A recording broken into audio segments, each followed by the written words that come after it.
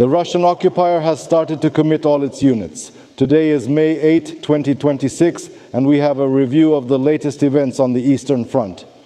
The enemy vehicles can't reach the line without encountering resistance. See it in this video.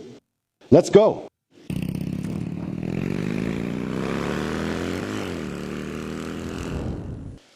I'll say right away that since last night there's no sign of any ceasefire, and the Russians are actively using their FPV drones. But there were no guided bombs before noon. This week the enemy has been intensifying their attacks and shelling with each passing day. In some areas of the Kostyantynivka sector they managed to advance, while in others they just started expanding their cemetery. The occupier made small advances from the northern side. In the areas of settlements like Privilia, about 600 meters, and Markov, about 300 meters, there is fighting going on right in the village itself.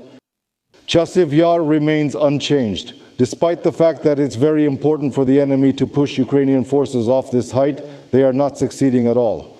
Throughout the week, the enemy has been amassing infantry in the tree lines, operating with the support of equipment. Music is playing.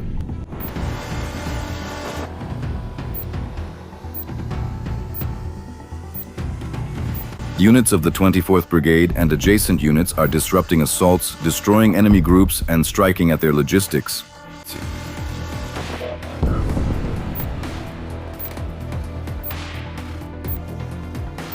Over the week, it has been confirmed. 28 killed, 16 wounded. 485 UAVs, artillery, mortars, vehicles, communication equipment, warehouses, and fortifications have been hit.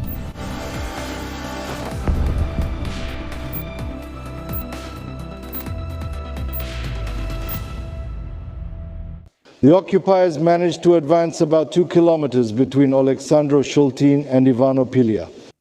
There are fields and a railway track there, and the enemy simply advanced along it. The settlement of Berostok is already completely occupied by the Russians. From there, they are pushing towards Ilinika, and now they are trying to gain a foothold in the first few streets of the village. So the situation around Kostyantynivka is getting worse. The enemy has received reinforcements, specifically in this direction. And the number of troops and their advantage in aviation are gradually but surely having an effect. But our guys are doing their best to destroy these cockroaches. And in the area of responsibility of the 93rd Brigade Kolodny Yar, yesterday the enemy used heavy equipment for the first time in a long while, 2 tanks and 2 MTLBs.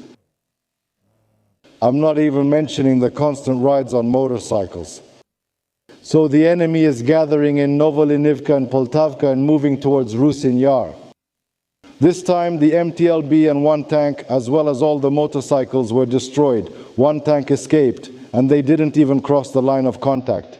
So we're simply expanding the kill zone and destroying the enemy on the territory they've occupied.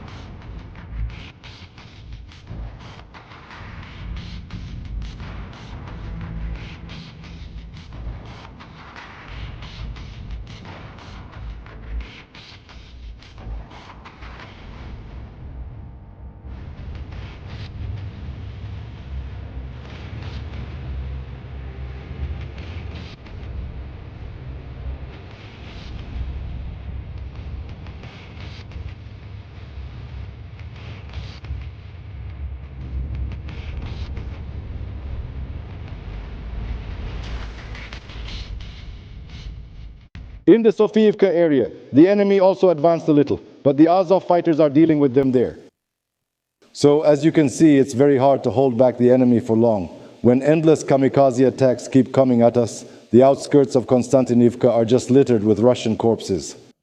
And our positions are just being leveled by KBs. I hope our high command and leading enterprises are preparing something against Russian aviation.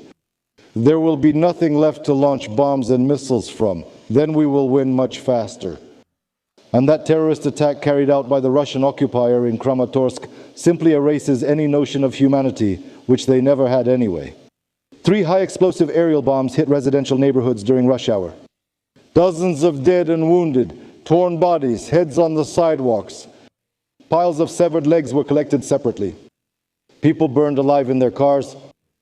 It was hell. The whole world must not indulge the main terrorist on the planet. The occupier must be physically destroyed. And the sooner the better. We will take revenge and win anyway. Support the armed forces and we will definitely win. Because we are invincible. Glory to Ukraine, glory to the armed forces, glory to the volunteers, and Putin is an asshole.